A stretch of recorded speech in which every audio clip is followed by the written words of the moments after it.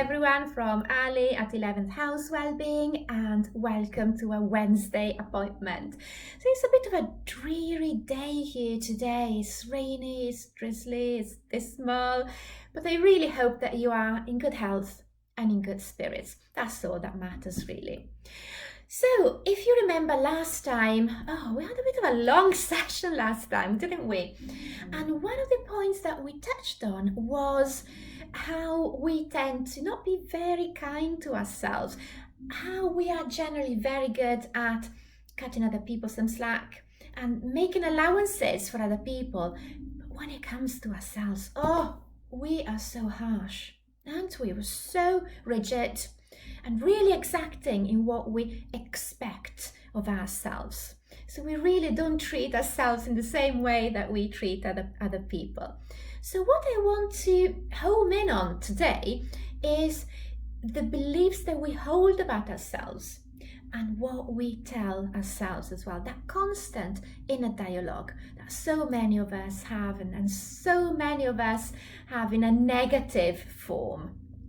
So I'm sure that you will believe me when I say that the two most widespread negative beliefs that people hold about themselves are, on the one hand, I'm not good enough, and on the other hand, I'm not worthy. And if you think about it, these are the two opposite ends of a continuum. So I'm not good enough could subsume I'm not capable enough, I'm not competent enough, I'm not pretty or good looking enough, I'm not smart enough. And then at the other end, you've got I'm not deserving of whatever good things might be coming your way. For example, I see this a lot when I work one-to-one with people, with clients in therapy, and we might be starting to make progress, good progress, and then there comes a point when we stop. And we stop because there is this belief in the way, blocking the progress, the getting better, because people think, I don't deserve to get better. I don't deserve this. I don't deserve to be healthy. I don't deserve to feel good. And I don't deserve to feel good about myself as well. So I know that it has become a little bit of a cliche to say, you've got to be careful how you think about yourself.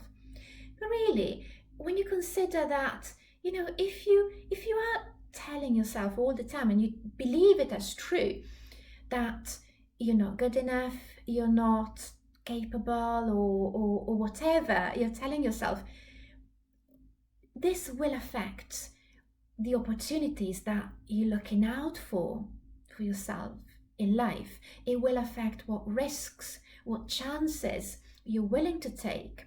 So in this way, it really does shape your life. So what is the antidote then to this negative self-dialogue that we have going on? Well, the first thing is to challenge it, because really these are such sweeping statements. For example, I used to say, I'm rubbish at gardening. Well, yeah, I'm rubbish at gardening because I'm not interested in it. So obviously, if I don't put any investment there, I'm going to be rubbish at it. But it doesn't matter to me, I'd rather sit down with a book, I'd rather go for a walk, I'd rather spend my time learning or meditating. And I don't want to do gardening. It's not one of my passions. So these days I say, I don't enjoy gardening, which is actually much closer to the truth. That's what it is. I don't enjoy gardening. So if you're thinking, I'm useless, well, I'm useless at what? Because when you think about it, you're actually really good at this thing and that other thing, and you've got this list of things that you're very capable at, very successful at. So actually, when you challenge this, I'm useless. No, you're not useless. You're not interested in that thing. It might not be one of your strengths, but you're perfectly able to learn it, at least to a functional degree. Or if you're saying to yourself, and this really breaks my heart when people think this about themselves, and so many people think, I'm not lovable. Well, of course you are. if you sit down with a pen, a piece of paper, and make a list of all the people who love you right now, people around you who appreciate you, people from the past as well, you can very well see for yourself that this is not true.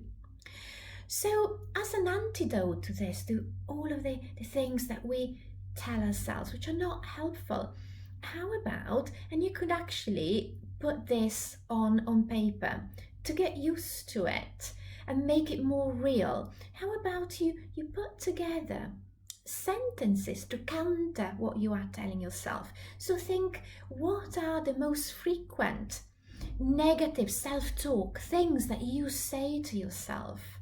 And then for each one of these things, write down an alternative sentence. And imagine, just imagine the difference that it would make to you and to your life.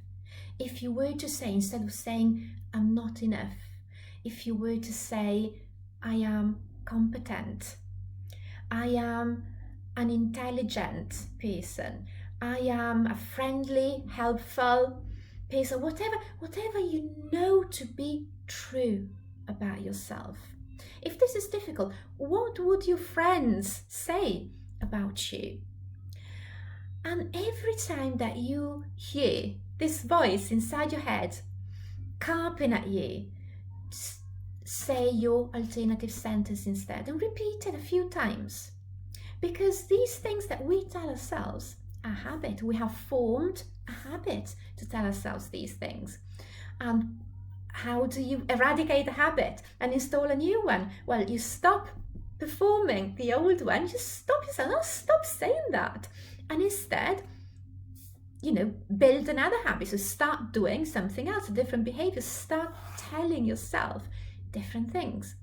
And if you feel that, it's a bit too wide of a gap to say to yourself, I'm a good person, I'm competent, I'm well put together, I'm intelligent, then you could use a stepping stone, something midway. For example, tell yourself, there is a part of myself which is good. Or tell yourself, there are certain things that I am capable in, certain areas that I'm very capable in. And build it up, and you will get there, and you will see the difference that it makes. And it will also mean that you will have more to offer to other people. And very often we tend to feel that we are putting ourselves down in order to, to have more for other people. Is that ethos of, not grabbing the resources and making ourselves inconspicuous. But actually, you're not really doing anyone a favor by holding yourself back. When you think about it rationally, you have gifts of your own to offer. So really, you want to be able to be there and be conscious and be able to offer these gifts that you know that you do have. So try it and see the difference that it makes. And we can do this. It's okay, and it is valuable to do this, to be our own supporters, to be our own friends. So I really hope to see you here next week, and please stay safe, stay healthy, and stay in good spirits. All the best from me. Bye. Have a nice week. Bye bye.